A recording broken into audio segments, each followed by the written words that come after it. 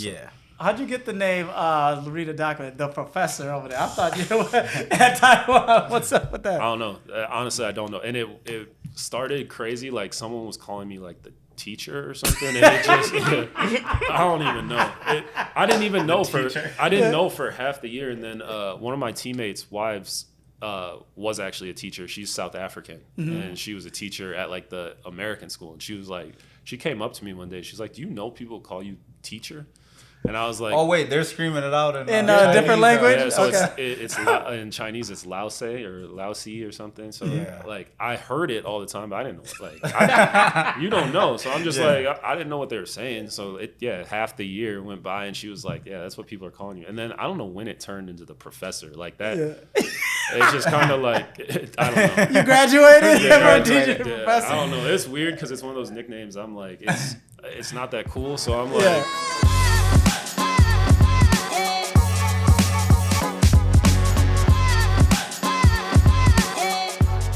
What's up, ladies and gentlemen? It's Guliato Bang Boyle. You're now tuned with Edition Podcast. We back and stronger than ever again. And before I introduce my guests that are on the table here, we got the artist of the week. Like I told you guys, artists, if you want your music played on the episode, DM me. As long as it's not gang related, y'all ain't got no fights going on. Let me know if it's R&B, any love making music and things like that. Let me know. This one again is Prince Carter. Out there in LA with my guy KC. Song is called Felly on his new EP. Let's hear it out. Okay, you remember this? Remember the young man? Oh, yeah. From last time? Yeah. What you call him again? Don't do it like that. Prince Carter. Okay. His EP is called Missed Calls, okay? It's got kind of like that little, what's that vibe you be giving again? Who? The artist. Just like a mix of Chris Brown and somewhat. Yeah, that's R&B. Yeah, I think it's R&B. So, what does EP stand for? Just to trick your mind, because I remember you. So it's not a full album. It's not a full album. Yep. It's, what does it stand for, my guy? Some playlist. Extended play. Yeah, extended play. Yeah. But again, welcome back. We got a very special guest in the building. It's obviously my favorite basketball player in Minnesota, besides myself. Seen him played only at the Pro-Am game. Okay, that's crazy. We got also I don't know if he's a co-host or whatever he is. Go. You want to introduce yourself first? Akeem Ackway, man. I show up when I feel like it. Okay, he's got the juice. So like that. Today I decided to show up for my man's Tuck. Yep, Tuck came through. I appreciate you. I know I DM'd you. I was like, yo, I need to interview you. And then the cool part is, how they got some cool people that won't hit you back up. They might have seen it. He hit me up right away. I was like, what? So he's not Hollywood. Let's go, baby. I love that. Thank you for coming through, man. Appreciate you having me. Yep. So the reason for the podcast, I wanted to bring in just different people that are doing a lot of different things, whether it's sports, doctors, lawyers, engineers, and things like that, so we can share information with the people out there if they want to follow your footsteps. A lot of people want to play basketball in our community. It's like they need the right steps to know how to do that. Right. And instead of them just going on a journey themselves, we can be like, we already did that. Here's how you know what you should do, right. And this is the correct way to do things, so they don't have any excuse, right? So that's why I brought you on today as another intro. I was looking up information on you. I was like, I don't even know what to share. 6th man of the year. This man was averaging 20.7 points per game, 6.9 rebounds, which I'm kind of skeptical about that. How tall are you? 6'4". 6'4"? Okay, 6'4". I'll give you that. And then 5.8 assists. And then he won guard of the year, first team all import. So that's amazing. First of all, your accolades. You got more accolades than points I scored in college. That's messed up. So that's dope. Yeah. So for the people that don't know who you are. Yep. If someone asks you, tell me about yourself, what would you usually say? Man, I'd say I've been playing professional basketball overseas for 9 seasons. Mm-hmm. I've really enjoyed it. It's become part of who I am. Mm-hmm. I would say. I've had crazy experiences. Got to travel the world. Yeah. You get to travel the world for free and get paid to play the game you love and stuff. So that's that's been my life for it seems like as long as I can remember now. Life has changed for me a little bit now. I have a 1-year-old at home and stuff. Just got married. So congrats. So kind of getting into that second stage of life now. Yeah. Hey, you gotta show. I know Chris behind the camera for his wedding pictures. Yeah. They pulled out the was the Dior Jordans. I seen that. I was like, wait, this man ain't wearing dress shoes. That's the first thing I noticed because That was dope. I be trying to sell shoes and I was like, how did he get his hands on that? Hold up, man. So there's only a couple of those that were found out. That's crazy. That's awesome though. Wow, traveling to play basketball and you for fun. I mean, not even for fun. You get paid for it. We have to pay to play in the morning and stuff like that, bro. That's ass backwards. Lifetime. For us. So lifetime, man. Y'all need to start giving out checks or something. So when did you first pick up a basketball? When did do you recall at all? Man, it's one of those stories where it's like, oh, I've been playing for as long as I can remember. I would say just to put some like tangible reference on it. Like I started playing organized basketball. I think I was 6. 6? Yeah. So I think I was like maybe like that year right before kindergarten. I started playing like the Saturday morning basketball where you show up and do drown. I don't even think we had teams. Like I think you just show up. You put on that jersey, like they throw put on the other jersey. Yeah, they throw you the little the little penny and different teams every time. But I would say that's when I started. But I mean, I was from the time I was little. Like my parents will say, I was throwing the ball into anything that looked round and stuff like that. So, and the pot just like, no, that's not the hoop. Yeah, right. Hey, so your son starting earlier before you. Yeah, I seen him at the pro-am. Him and Ty's son. Yeah. They already with the basketball. Yeah, those dudes love basketball. I'm like, I like to envision that's what I was like, but I'm like, he can barely walk, and he's trying to shoot on the 10-foot hoop at the pro-am and stuff. So it's kind of crazy to see. But damn, that's in the blood. That's crazy. Yeah, that's awesome. What about you, Akeem? Did you even play ball? Damn, I'm playing. Nah, I played organized probably 7th grade, and then I stopped my senior year and picked up the Clippers. Okay. Well, I finished playing in high school my senior year, and then started cutting hair. You didn't have the league dream like all the Africans did? Yeah.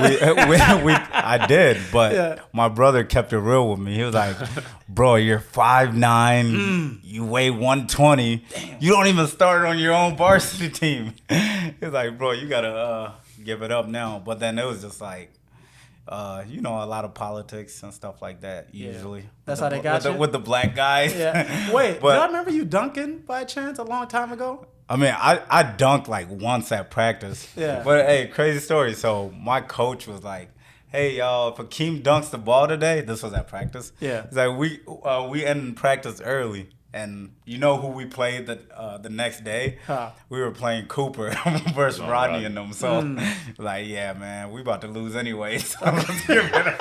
Yo, that's sad. I'm like, so they threw up the alley, I dunked her. We like, oh, shit. Practice ended early, but. And then what happened the next day? And then we got blew out by Cooper High School. Damn, that's fucked up. I mean, that's messed up, man. So, give us a little bit about your high school experience, throughout the whole seasons and things like that.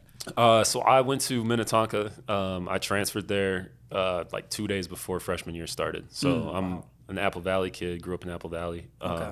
Transferred there literally 2 days before, had never been to the school, nothing. Like walked in on the first day, like I don't know anybody in school. Were you playing varsity out the gate?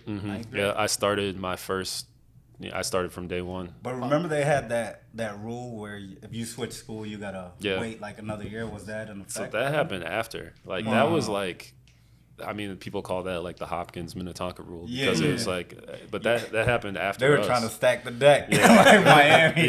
No, so that was after us. So it was just open enrollment, and you could go wherever you wanted pretty much. If you could get to school, you were good. Wow. So. Yeah, I didn't touch varsity till that like junior year, like when we getting blown out or something. Oh yeah. Good in there. Like, what do you want us to do to get that experience? But senior year, I ended up starting, so that's crazy. So during that time, were you getting recruited by schools and things like that? Yeah. So my recruitment started, I think after my freshman year. It used to be so different. Like there was different like recruiting periods and stuff. I know there still is now, but it was like, I remember the summer between freshman and sophomore year, there was like a certain day that college coaches could start calling you. Yeah. And I got I think I got like 5 offers that first day. So that was 9th grade.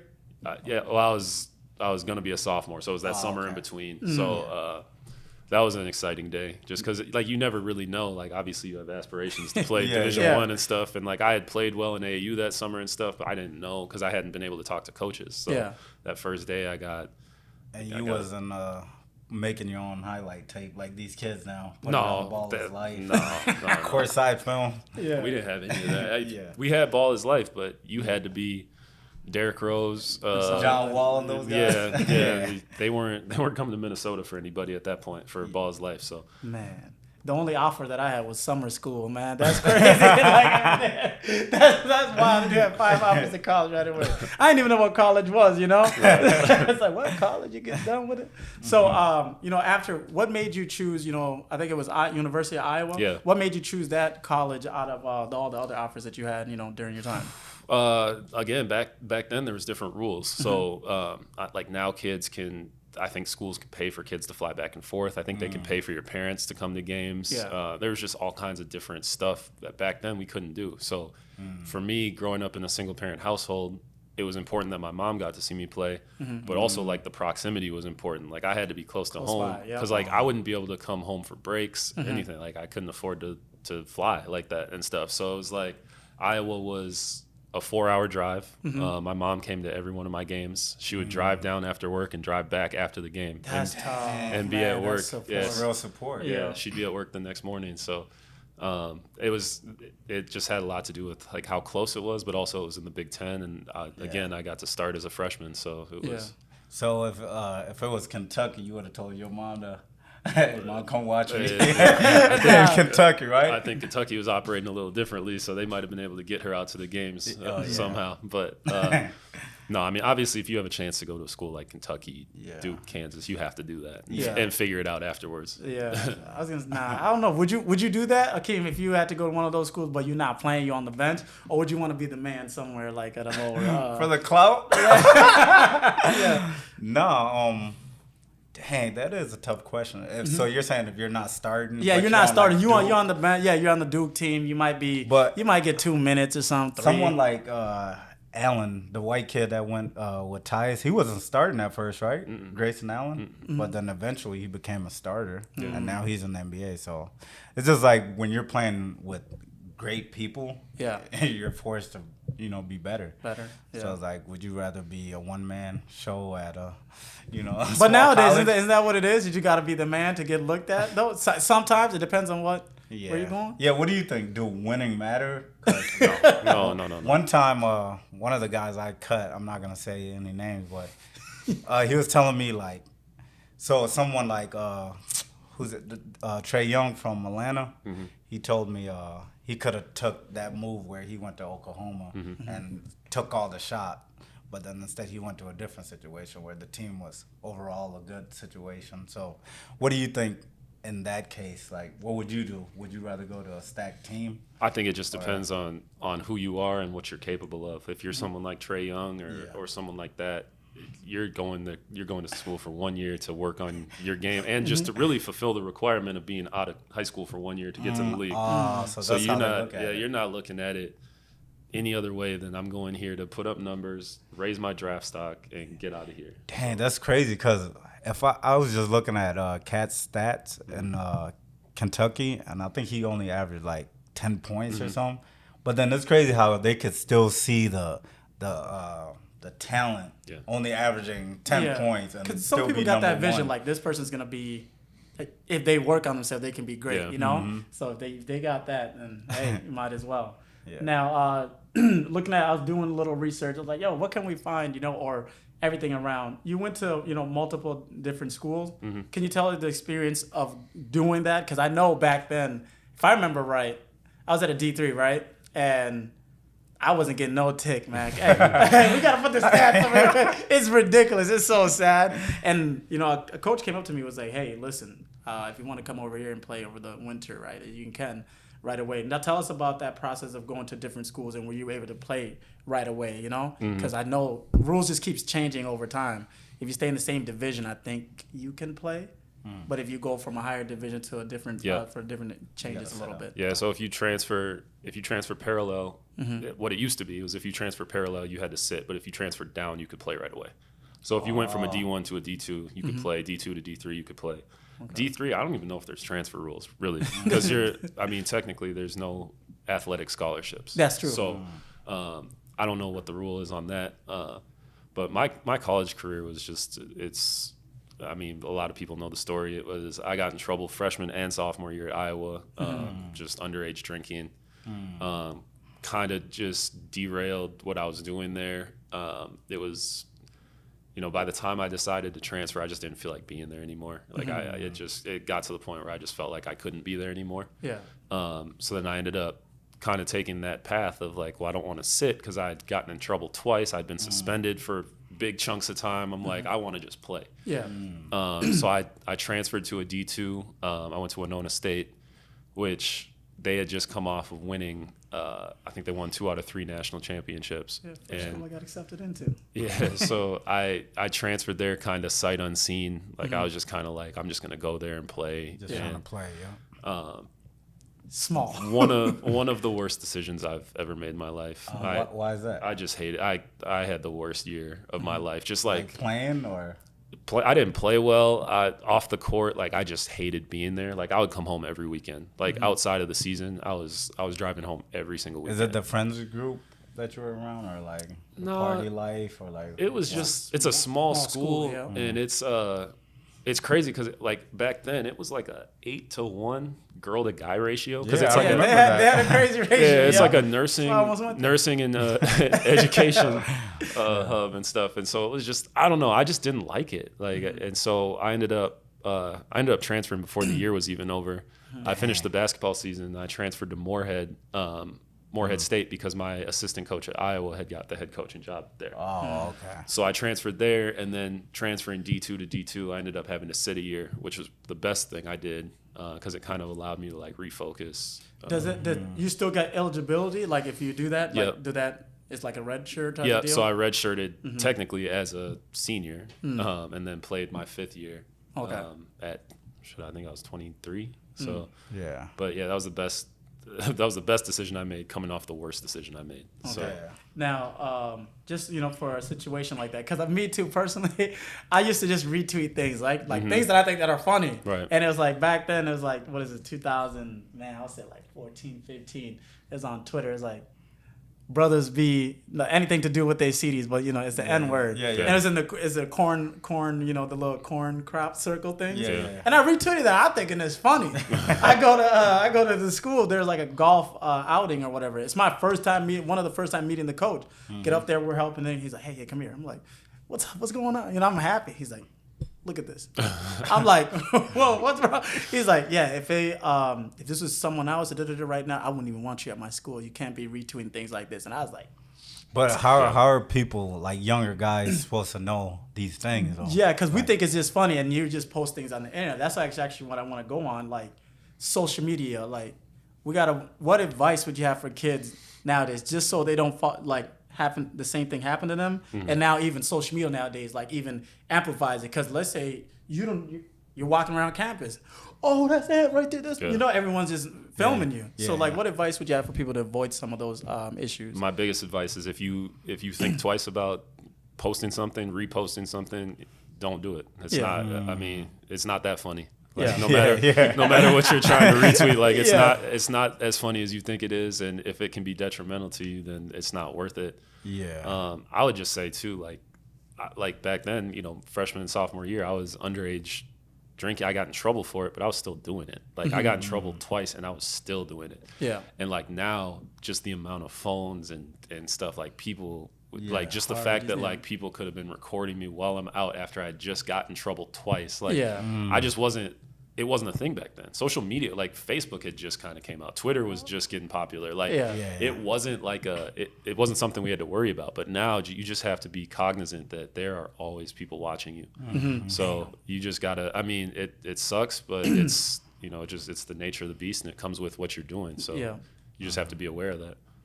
Damn, that's crazy. Yeah, that is, someone's always watching. Like the other day I was just out, and then someone's like, someone sent me a video of you. I'm like, man, what? No. I was like, send it to me. What was it? What was I doing? So it's very interesting. One thing I want to kind of touch on is the pro. I always pronounce it wrong. Is it pro AM or pro AM?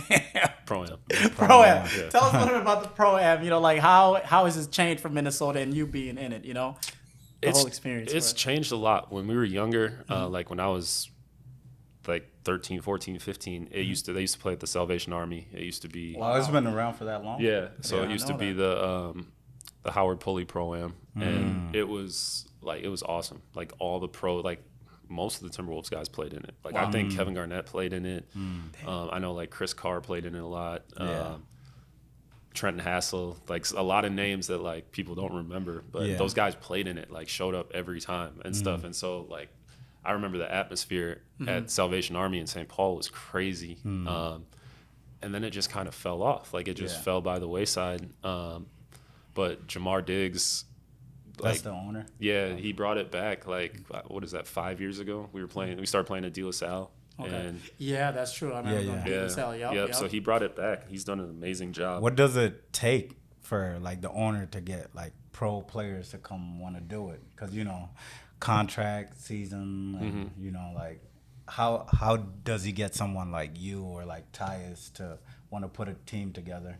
I just think like guys love to hoop, and there's just not a lot of places to play. So like that kind of works in favor of it.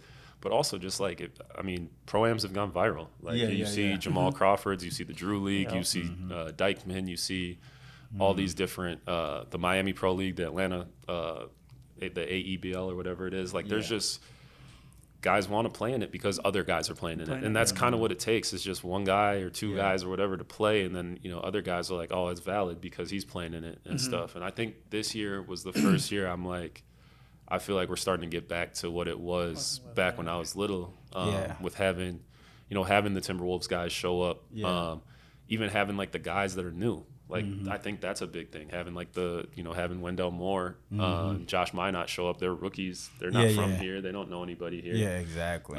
Having Nate come play and stuff. Like I think that was a big thing because it brought so many people out. And the turnout this year was crazy. That was crazy. I was trying to get Park, and I'm like, yo, what's going on, man? I was like, let me start a team out here. Get the young boys to come play. I told Tuck and Tyus, so I said, I'm going to put the Ackway stamp on y'all jerseys next season. I need some sponsorship. Yeah. Okay. Hey, one question, though. Do you think, is the NBA going to crack down on, letting rookies play?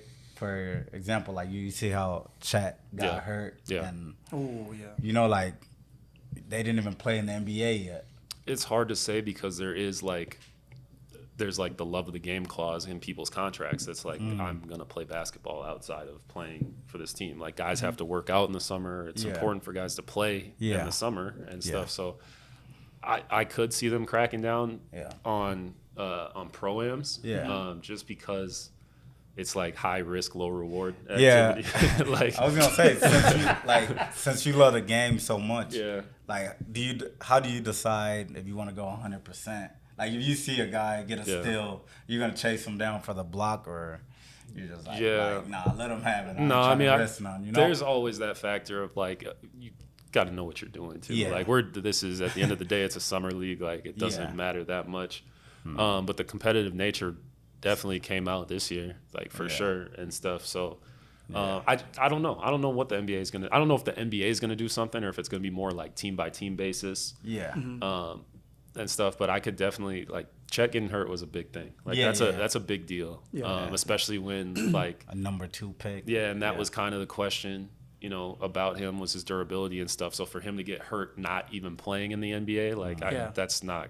It's not a good thing for pro-ams everywhere, but at the end of the day, you can get hurt working out. Guys do get hurt every summer working out. So it's I think Jamal tweeted that the pro-ams is good for, the low income people in the community. So they don't get a chance to go see the pros play in the NBA. It's good to see, the parking lot packed like that. Yeah. I saw a Ferrari out there. I was like, hey. Let me stay by this guy's car. Yeah. But right now, I'm going to need to know before we move on to your overseas experience. Be honest, man. Top 5 NBA players, one, and then also who's the toughest or some of the toughest players you had to face in Minnesota where you're like, yo, this guy is tough. Top 5 NBA players. Yeah, your favorite. You talking about right now or all time? I think all time for you. Perfect. All time. Mm-hmm. So my favorite players of all time. Kobe. LeBron, Gilbert Arenas, Shaq, and Michael Jordan. Obviously, I just didn't. I was so young when he was playing that it was obviously I was old enough to understand what was going on, but I didn't get to appreciate like how great he was. But those four, were in my generation and stuff. So Gilbert Arenas, I love it. I'll be watching him on the podcast, and he's funny as hell. What about you, Akeem? Who you got, man? I got Kobe, Jordan, LeBron, KD, and probably say like Shaq. Shaq, y'all got the similar. Like y'all wrote this down together. I think it's like the age, like we're around the same, like we're the same age. So Kobe is like that's my like favorite. Everybody that grew up in that era, and then I would say like Kobe, KD. I'm not gonna lie. I have to put Kyrie on there. I think he's one of the guys you can't guard him. Yeah. Like whatever he does is like, what the heck, man. I forgot about Allen Iverson. I was AI. Yeah, AI was amazing, but obviously Jordan's always in there. I didn't get to watch him like that, but watching the the like, yo, this guy's tough. The last how do you stop this guy? And then I'm not gonna put Shaq on there because y'all did, but Shaq was unstoppable. How do you stop this thing? Shaq was crazy. Shaq in Minnesota, what about in Minnesota? Who you got? Who's the toughest people you ever had to face? You're like, yo, this guy's stamped. Man, there's a lot. There's a lot. Like, honestly, I would say right now, like guys that are still playing right now. Yeah. I would say Tyus and Jordan. Jordan Taylor. Jordan Taylor. Yeah. Zach, Rashad. Man, I think McKinley Wright is tough. Man, David Roddy has come on crazy. What? I was just David Roddy. That guy's crazy. I played against him a couple summers ago. We were just playing pickup, and to see where he's at now versus, he's always been good. Don't get me wrong, but the way he plays now, like he's a guard. Like that dude is, he's shaped like a football player. Yeah, but that dude gets to it on the court. But then I love guys like Quentin Hooker. Gino Crandall, like I love watching those guys. His play. handles is crazy. Yeah, I love playing against them. There's so many guys. Like I just have an appreciation for everything that all of our guys are doing, and everyone is having crazy success overseas. Like I think if you went and really did research and looked, like guys are really, really having success overseas right now. So I think we're in like a pretty unique time in Minnesota. Like we got guys having success in the NBA, we got guys having success overseas. So there's a lot of good things happening. And I gotta throw Trey in there too. Trey's crazy. Trey is like Trey's a freak athlete. Like it's crazy some of the stuff he can do. I gotta tell Gary Trent to come, Junior, to come play in the program. So like I don't know Gary at all. Like I've never met him. I've never met him, and I've never been in the gym with him. Nothing. Yeah. Like I've never met Gary. I've never met Jalen. I've been around Chet a few times, but like those guys are tough. Yeah, those guys obviously. I've never seen them in person before. So I mean, obviously those guys. Too. Okay. Now speaking about overseas, I want to go and speak a little bit about your experience overseas, and then also for the the young athletes coming up, that are just going overseas. How do they find the right team, the right league? I know you have to get an agent, right? That's your first sign. I would advise to get an agent. Yeah, you don't have to, and you can get away with not having one in a lot of cases. But I would just having someone advocate for you and protect you is always the way to go. Because I was there's somebody's contract. Like mind you, I've never played overseas or something. Yeah. I was reading the contract. I'm like, hey, hold up, bro. I know Nooney goes overseas. He comes back around late April, early May, right? Yeah. This dude contract said May to like July. I'm like, hey, bro, don't take my word for it, but this is looking kind of fishy. A 3-month season? And I was like, another fishy thing. He's like, you got to send me the money, and I'm going to book the flight for you. I'm like, time out. Is this an agent or a scam? That's what I was saying. Like, that's the only scam that I've seen. Yeah. I'm pretty sure there's people are always trying to get up somewhere. Yeah. So what other kind of scams should people be watching out for? Have you heard of? Have you seen? Before we even get to that, I forgot Nooney. Like Nooney doesn't come home anymore, so I don't. He doesn't come hoop with us anymore. But that dude gets to it. He's crazy. Nooney's tough. Sorry, what was the question again? What scams should people be looking out for? Anything, like you said, anything where agents are talking about send them money first. Anything. Have they tried you? Or nah? Nah, I don't think so. I don't think I've ever really dealt with stuff where I've had to be like, wait a minute. Yeah. Anything where they tell you to send them money for something. I would say anything where like stuff isn't paid for. Like when Yeah. you go over there, like if you have to pay for your apartment or something like that, like that, you just have to be careful of, because it's like, all right, well, what are you actually taking care of? Yeah. Or like flights. I've heard crazy stories about like guys getting over, like they'll pay you, like get you a one-way ticket over there, and then when it's time to go home, they're like, nah, season's over, you're on your own. Whoa. So like stuff like that. So make sure you get a round trip ticket. But this is the stuff where like if you have an agent, it protects you. It protects you from that. That's the from kind of that stuff you can stuff. avoid. Oh, okay. That's what an agent is for. Yeah. Okay. I guess how do you find the right agent? You know, or I mean, same way you find any type of business partner, anything, like you gotta be. Referrals. Do your research. Anybody that reaches out to you, I would do some homework, do your due diligence on them. yeah.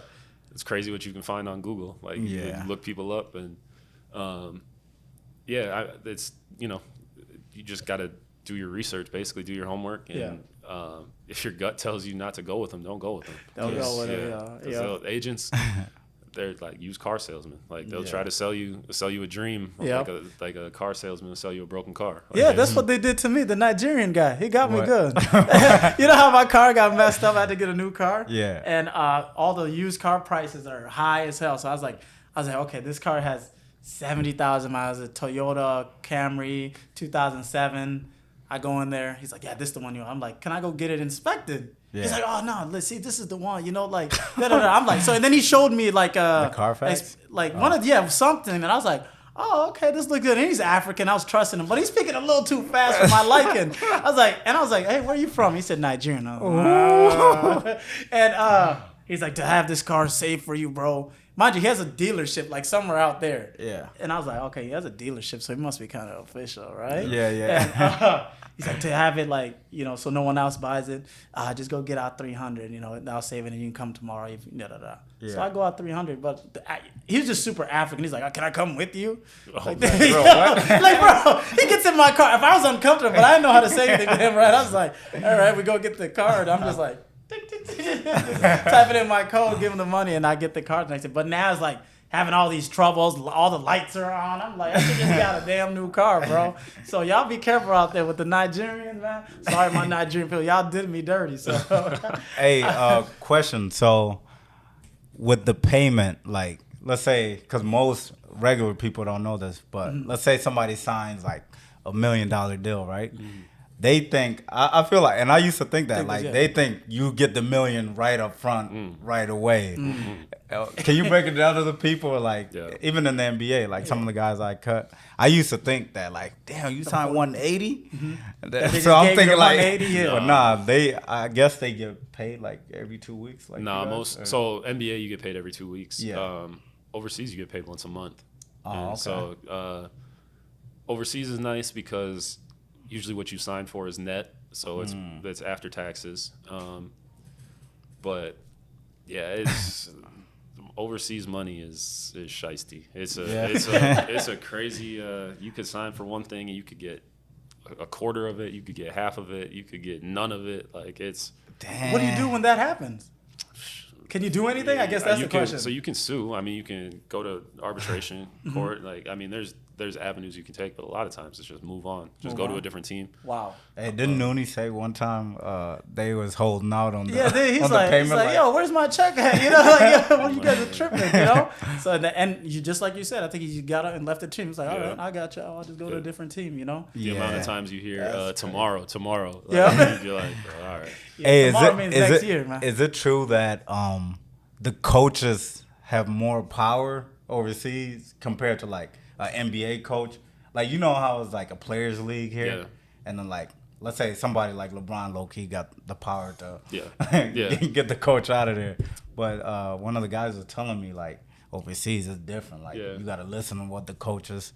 You can't really I would say complain about injuries and stuff like that. I would say the higher level you're playing, the more the coaches are getting paid, and it's obviously the money is more similar. Like the gap isn't as crazy for overseas guys and the coaches.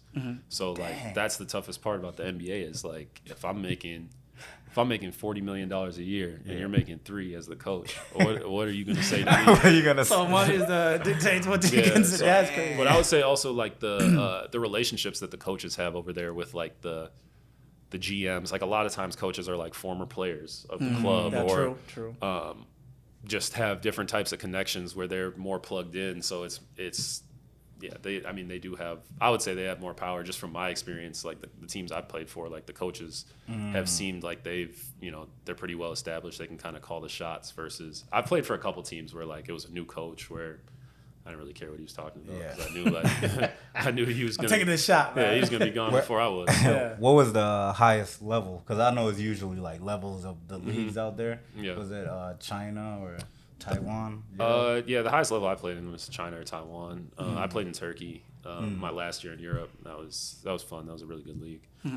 Hey, since I know you won MVPs and stuff out there, right? Yeah. So like, do they market you? Like, are you in commercials and stuff like that? Or like, do they do endorsement deals? They do. Stuff like They that? do some stuff like that. I never really got into it just because I'm not really like, I just don't care that Yeah. much. Like, Yeah, it yeah, doesn't. It's not like here. Like, it doesn't bring you in a bunch of money or Yeah. anything. So like, I'm not really. Like, I know guys that have gotten shoe deals over there, and all the shoe deal is that you get free shoes. So like you sign with like Anta or Peak or something, and you get free shoes. But I don't want to wear those anyway. I'd Yeah, rather yeah. wear my Kobe's or whatever. So. Yeah. How'd you get the name read a document, the professor over there? I thought you were at Taiwan. What's up with that? I don't know. Honestly, I don't know. And it started crazy. Like someone was calling me like the teacher or something, and it just I don't even know. I didn't even know for half the year, and then one of my teammates' wives was actually a teacher. She's South African, and she was a teacher at like the American school, and she was like, she came up to me one day. She's like, "Do you know people call you teacher?" And I was like, Oh wait, they're screaming it out in a different language? Yeah, so Okay. it's in Chinese it's Laose or Laosi or something. So Yeah. like I heard it all the time, but I didn't know. Like you don't know, so I'm just like I didn't know what they were saying. So half the year went by, and she was like, "Yeah, that's what people are calling you." And then I don't know when it turned into the professor like that. Yeah. It's just kind of like I don't know. You graduated Yeah, from teacher to yeah, professor. I don't know. It's weird because it's one of those nicknames. I'm like, it's not that cool. So I'm like. Is it, and there's already the The professor. That's what I Yeah, thought. yeah, I was like, yeah. the professor Aaron. Okay, you must have played against him or No, something. so Okay. I don't know where, like, when it started exactly or where it came from, but it just people ran with it. Yeah. Hey, I love it. Hey, I need some nicknames out there, y'all. Can you come up with them for me? Now, being overseas, give us some of the challenges you had to go, whether maybe it was Nooney sometimes complain about food, right? It's like, oh, the food, Yeah. bro. I want No Chipotle. seasoning? Yeah, no, he always wants Chipotle, crying about Chipotle. But what kind of challenges did you have to overcome, whether it's culture, food, time difference, language, what? Language barrier is the biggest one, just because you get so used to communicating with people a certain way, and then you get over there and it's a lot of pointing and Google Translate. Google Translate. Yeah. Yeah, I would say language barrier is the biggest. Food obviously is crazy. Yeah. Do they have like a team translator? That's always with Yeah, the team? so most teams will have a translator. I've been fortunate in China and Taiwan to play for American or Canadian coaches that speak English. So I've been when I very first got to China, I had a Chinese coach, and that sucked, like because he that coaches would be tough. different. Yeah, we practiced 3 times a day. Damn. Wait, so he knew English? No, he didn't know any English. He was an old Chinese guy. So so we had a translator who was like a student. He was like a college student at the time. So he knew like some English, but his English wasn't great either. Yeah. So that was tough. Like when I first got there for like the first couple months, I was just like, this is crazy. This is insane. Damn. Dang. It's like throwing you in Africa right now. You know how you can't speak it? You'll be kind of lost. He's lying. I can speak it. No, hey, you can't. Hey, so I know you was out there during COVID and China super strict, Yeah. Taiwan. So what was the experience with that? It was so crazy because in 2020, I went over there and everything was on lockdown here, right? Like when I left, everything, like nothing was open. There was that like weird period of time where like there was no restaurants open, there was nothing. Yeah. And I got to Taiwan and it was open. Everything was open. Yeah. So because they had done such a good job, like keeping it. containing it, they didn't have any cases. So we played that. I was playing in Taiwan that year. I was like the only person of anyone I knew that was playing actually in front of fans. Yeah. That got all my money. That the league just went on. as as expected. supposed to, We had a couple games where like there was a COVID outbreak, which out there a COVID outbreak was like 1 or 2 people got it, and so we had to play with no fans for like 2 or 3 games total. But it was so normal. And then last year, not this last season, but the next season, it got bad. Like we took breaks. We made it to the finals that year. They ended up cutting the finals short.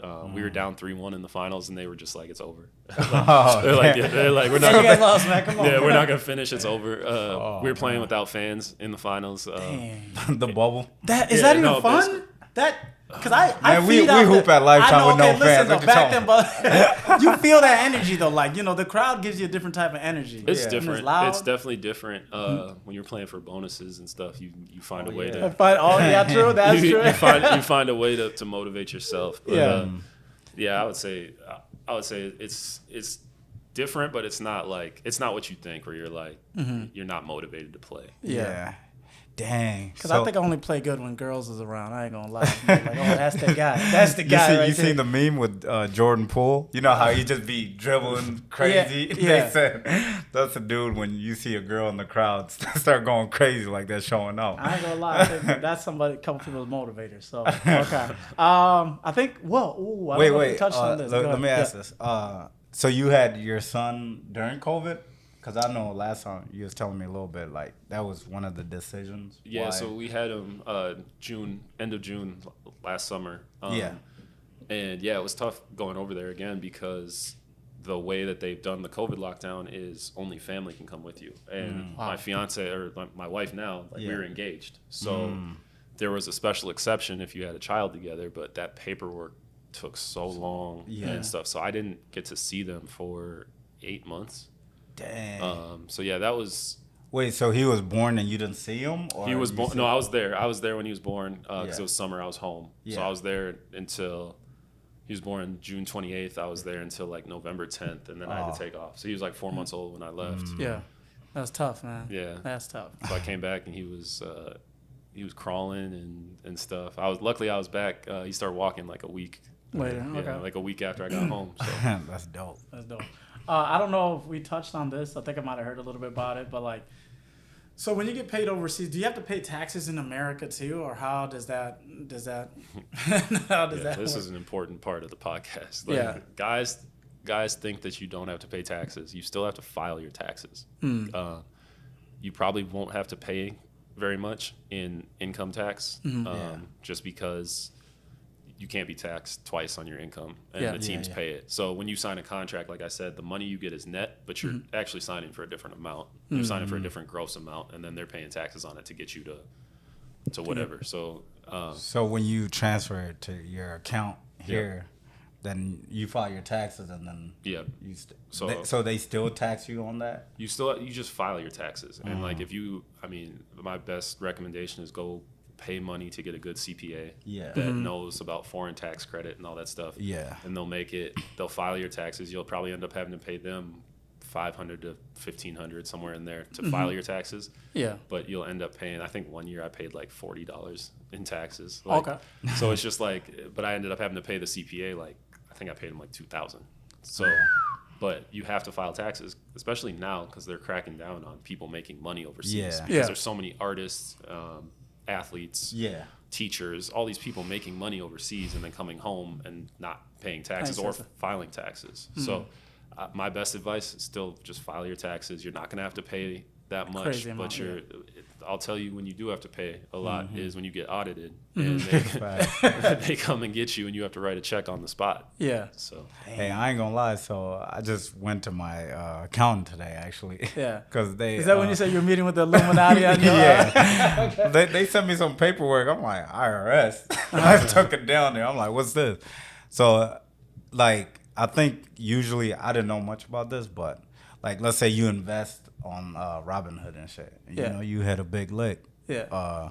you got to pay taxes on those. And that's the most annoying part because you have to pay taxes once you take it out of your Robinhood account, you know? Oh, you should have asked. I would have told No, you. no, I knew that, but it was like we filed it wrong. Like we messed up, so we just had to like resend some paperwork.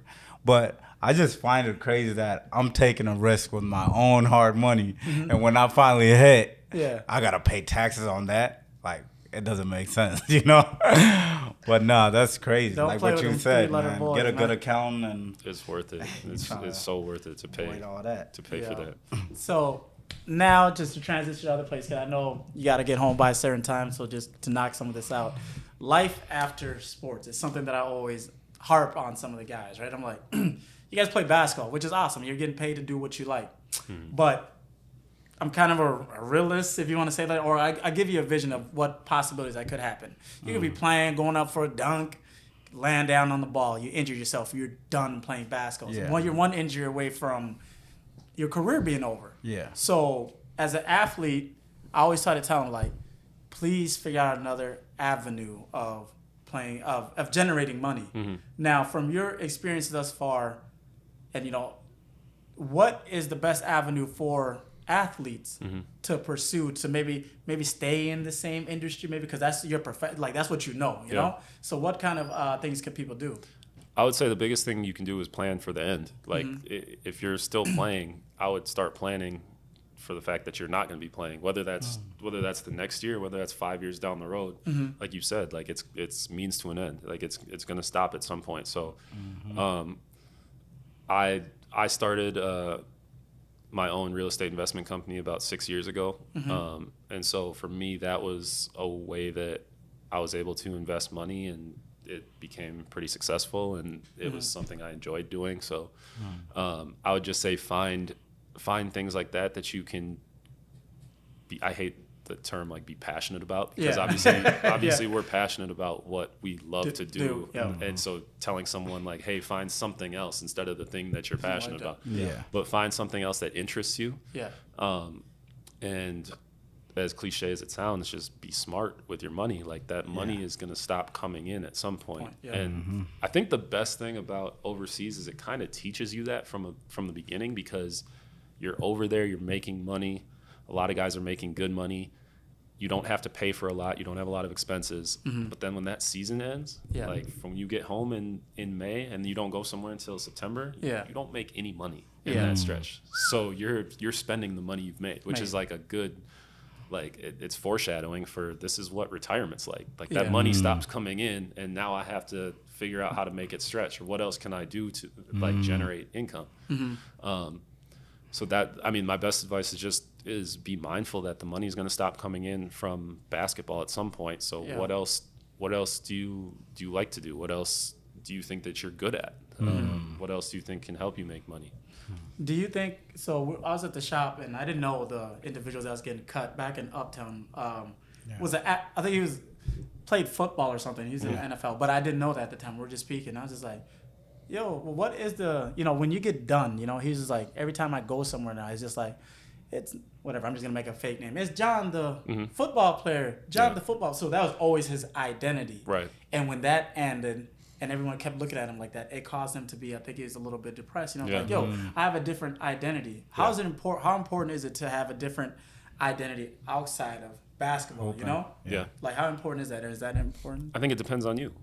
If you're someone that cares a ton about your public image and what people think about you and stuff, then I'm sure it matters a lot. If you're someone that has another identity, I think that's something that has changed for me. I think I used to care a lot about what people thought about me and the way I came off and stuff, but now it's not about me. It's about my wife. It's about my son. It's about just about other things now. So I just think that your identity is whatever you want it to be.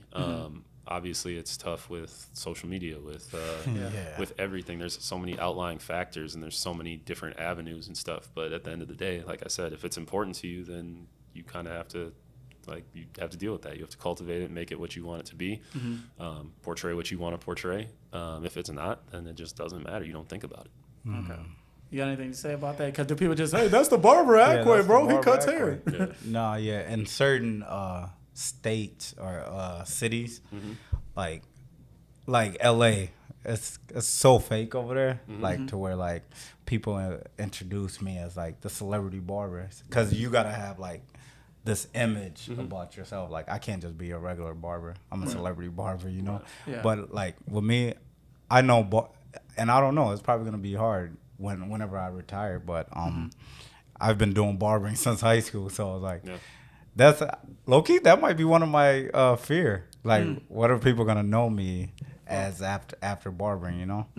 But that's for time to tell. You know. Okay. Do you think, just on the occupation side, people should look at? I always tell Nooney, like, yo, do camps. I don't know, camps, broadcasting, maybe coaching, maybe speaking analysts. engagements. I don't know. Oh, analysts too, but like, I think those like very small to get into. I think camps it's such a saturated market. Like it's everyone gets done playing, or while they're still playing and stuff is like, oh, I'm gonna throw this camp, and then some guys try to do the free camp, some guys try to really do the paid camp. I just think it's a saturated market. So if you're not someone with a big name, I don't know if it's really feasible to like make money. It's a lot of work, and you're probably not gonna make a ton of money. Obviously coaching, like you can always give back to the youth, to the game, and stuff. But I just think, like I said before, like you just got to find stuff that interests you. Like if you are someone that's interested in broadcasting, like start doing that stuff while you're playing. Like when you're home for the summer, go intern or go That's true. do something, like join a podcast, like be a guest host or a co-host on a podcast, or like if you like learn some of the ins and outs while you're still playing, so that when you're done, you're like, okay, I'm ready to transition into this. So you're not getting done and you're like, okay, now what? Because I think that's what happens a lot. Is there's just a lot of now what? Which is tough. Like that's a hard thing to deal with. Just setting yourself up. Yeah. Hey, so you know how people be like, or they say LeBron spends $1 million on his body, right? What do you think about that? Because some guys, I would see them getting out of shape, or like they don't know the right food to eat, or maybe they're just young in their career and they don't think that's important. How important is that? Because like one of my friends, Luol Deng, wherever he moved to or whatever team, he always had his chef move in whatever building he lived in. And if you're making like 20 million a year, you could pay somebody like 60 grand or 70 grand a year to be right there. You know, how important is that to I think you? it's like one of the most important things you can do. Like, I mean, obviously I'm not LeBron and I don't spend $1 million, but I spend like tens of thousands of dollars on my body. And like, so it's, I think you're reinvesting in what's making you money. So it's like servicing a car. Like you got to do it. Like you got to do that. I got to service that car outside. So I mean, I think it's the most important thing you can do. Like a chef, all the stuff that LeBron has. Like I don't know how far you got to take it. Like the hyperbaric chamber and stuff. Like I don't That's know. that Dragon Ball Z stuff, bro. When they're in the coolers. I don't know enough about that, but so during the season, are you eating Chick-fil-A?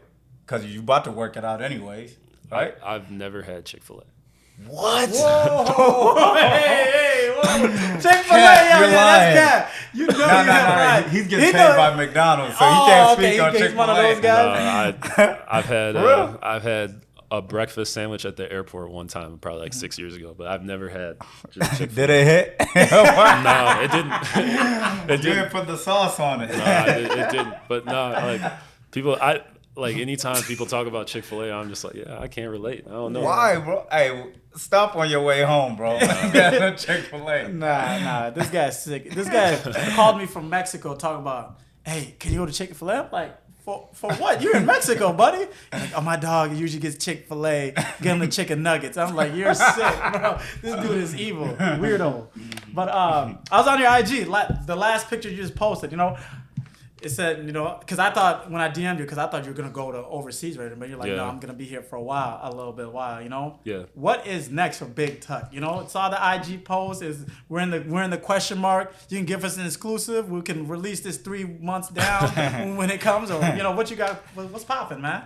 I can't talk too much about it, but I leave Monday. I get to stay stateside for the season, which is nice.